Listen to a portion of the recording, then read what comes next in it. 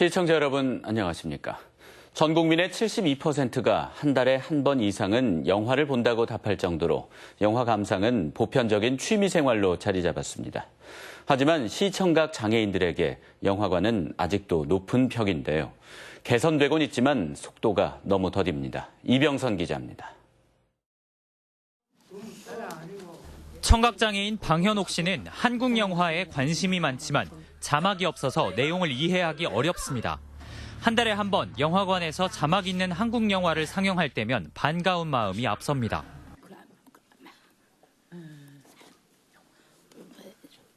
드라마 집에서는 아무래도 자막이 있으니까, 그리고 영화는 돈을 줘야 되잖아요.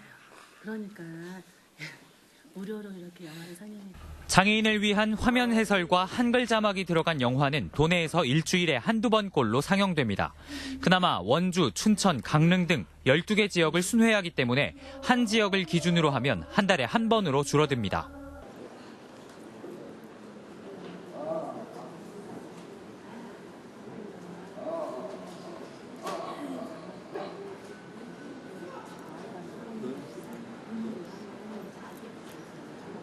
영화진흥위원회는 선택의 폭을 넓히기 위해 최근 영화 배급사들과 함께 한글 자막 화면 해설 서비스 같이봄 사업을 시작했습니다. 하지만 이런 행사성 관람에 그칠 것이 아니라 장애인들이 문화에 접근하는 통로를 근본적으로 넓혀야 한다는 지적도 적지 않습니다. 해외에서는 아예 법으로 장애인들의 영화 볼 권리를 보장하는 추세입니다. 미국은 지난 2016년에 의무적으로 장애인에게 보조기기와 관련 서비스를 제공하도록 장애인법을 개정했고, 영국은 평등법 2010에 따라 매주 1000회 이상 자막이 있는 영화가 제공됩니다. 국내에선 영화 사업자들이 비용 부담을 호소하면서 관련 논의가 진척되지 못하고 있습니다. 장기값을 낮추지 않으면 누구도 선뜻 나설 수가 없는 겁니다. 아무리 법으로 강제한다 하더라도 그러기 때문에.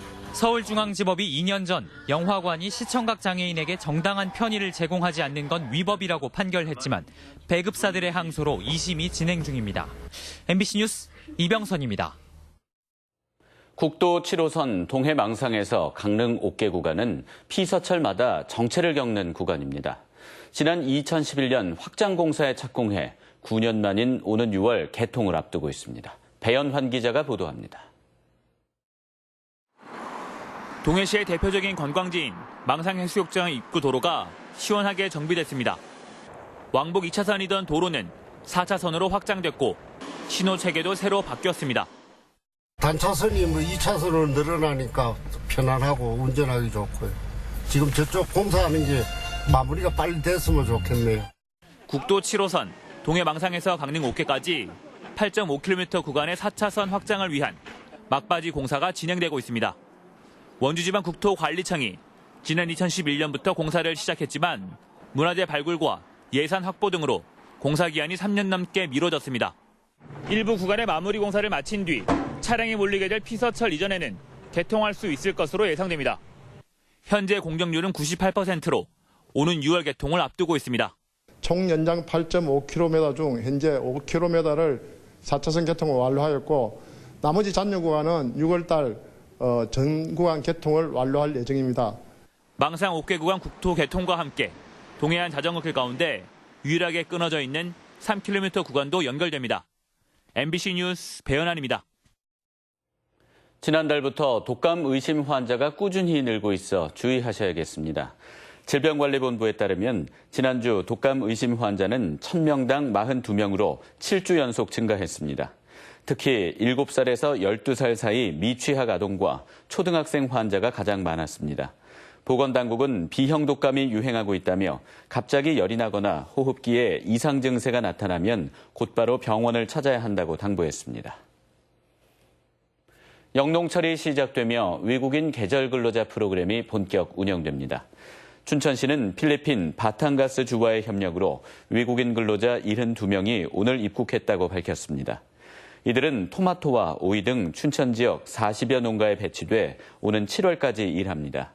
외국인 계절 근로자 프로그램은 농촌 인구 감소와 고령화 등으로 인한 농촌 지역 인력난 해소에 도움을 주고 있다는 평가를 받고 있습니다. 농민들의 경영 안정을 위해 벼작물 재해보험 상품이 판매됩니다.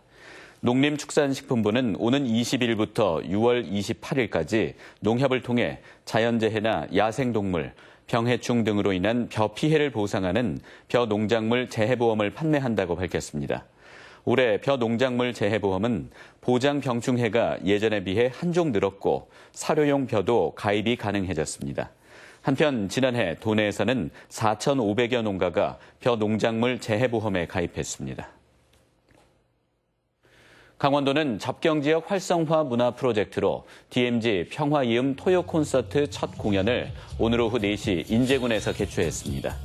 DMZ 평화이음 토요 콘서트는 문화를 통해 접경지역 경제를 활성화하기 위해 지난해 강원도가 처음 시도한 접경지역 재생 문화 프로젝트입니다.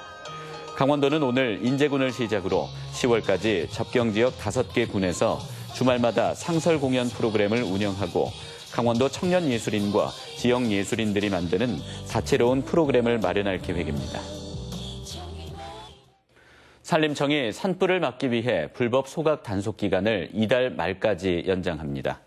주요 단속 대상은 산림과 가까운 지역에서 논밭두렁을 태우거나 영농 폐기물을 태우는 행위입니다. 산림청 인력과 드론 등을 포함한 기동 단속반이 주말에도 편성됩니다. 또 산불에 취약한 마을은 직접 마을을 찾아 산불 방지 캠페인을 벌이고 실수로 산불을 낼 경우에도 처벌받을 수 있다는 사실을 함께 알릴 계획입니다. 강원FC가 제주 원정 경기에서 3연패 탈출에 도전합니다.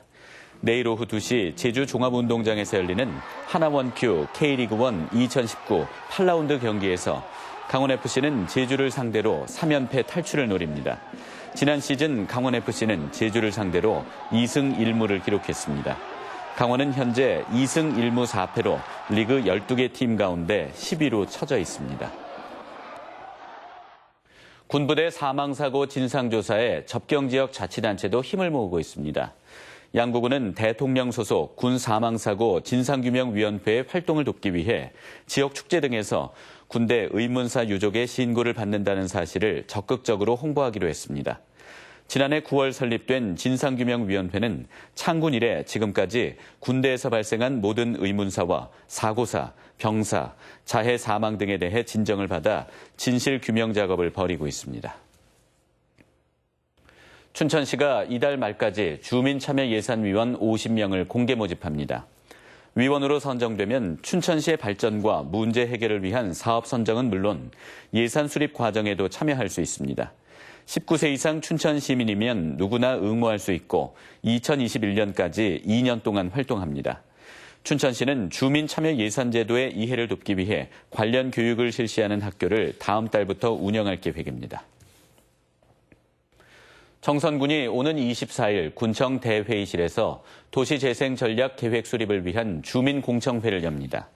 정선군 도시재생계획은 도시재생 관련 계획과 사업, 프로그램과 지역 자산 등을 조사해 도시재생 활성화 지역을 지정하는 등 추진 전략을 수립하는 것입니다. 정선군은 공청회를 통해 지역 주민과 관련 전문가들의 다양한 의견을 반영할 계획입니다. 강원문화재단이 도내 문화예술 발전에 기여한 원로예술인의 창작 활동을 지원하는 원로예술인 지원 사업을 모레부터 이틀 동안 공모합니다. 지난해부터 추진한 원로예술인 지원 사업은 올해는 문학 분야 원로예술인을 대상으로 실시합니다. 뉴스를 마칩니다. 고맙습니다.